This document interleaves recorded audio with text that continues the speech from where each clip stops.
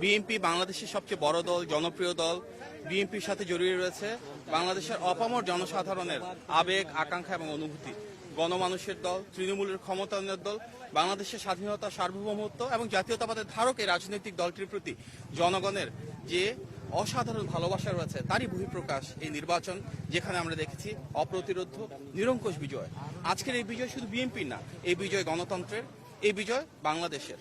আমরা বিশ্বাস করি জনগণের যে আস্থা, সমর্থন এবং ভালোবাসা আমাদের নেতা জনাব তারেক রহমান পেয়েছেন, ইনশাল্লাহ ভবিষ্যতে একজন প্রধানমন্ত্রী হিসেবে তিনি এই বাংলাদেশের প্রতিটি মানুষের অধিকার এবং স্বাধীনতা নিশ্চিত করবেন। অবশ্যই নিশ্চিত করবেন রাষ্ট্রীয় মালিকানা, এবং আগামীর বিএনপি সরকার জনগণের সেই প্রত্যাশা প্রতিপালনের মাধ্যমে জবাবদিহিমূলক, স্বচ্ছ এবং জনবান্ধব সরকার ইনশাল্লাহ নিশ্চিত করবে। এই সরকার দীর্ঘ গণতান্ত্রিক পথযাত্রার পর অনেক গুম, খুন, হামলা, মামলা এবং মানবাধিকার লঙ্ঘনের উপর, অনেক শহীদের ত্যাগ সংগ্রামের উপর দাঁড়িয়ে রয়েছে। সুতরাং আমাদের নেতা ইনশাল্লাহ শহীদদের, মায়েদের যে প্রত্যাশা সেটি পূরণ করবে এবং আগামী বাংলাদেশে প্রতিটি মানুষের ভাগ্যের পরিবর্তন করবে, সমস্যার সমাধান করবে, এই দেশের স্বাধীনতা, সার্বভৌমত্ব এবং গণতন্ত্র অটুট রাখবে। এটি আমাদের নেতা সুনিশ্চিত করবেন বলে আমরা বিশ্বাস করি। ধন্যবাদ। এটা হচ্ছে যে আজকে চেয়ারম্যান সাহেবের কোনো প্রোগ্রাম আছে কিনা, আমি শুনতে পাচ্ছি যে স্থায়ী কমিটিতে বৈঠক হওয়ার কথা আছে, এটা কখন নাগাদ হতে পারে? আপনি দুঃখজনকভাবে আমি এই বিষয়ে অবগত নই, আমি জানলে পরে জানাবো।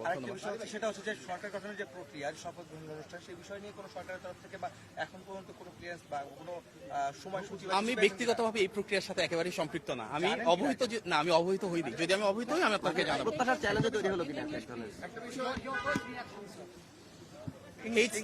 It's the victory of the people of Bangladesh, and we are very confident this democratic transition will ensure a free land again where every citizen's rights and freedoms will be protected, and together we're going to ensure inclusive development, human rights, rule of law and freedom of expression for Bangladesh to complete this democratic transition through free, fair and credible elections that everyone anticipated, and we want that this will stand as the empowerment of the people. Thank you.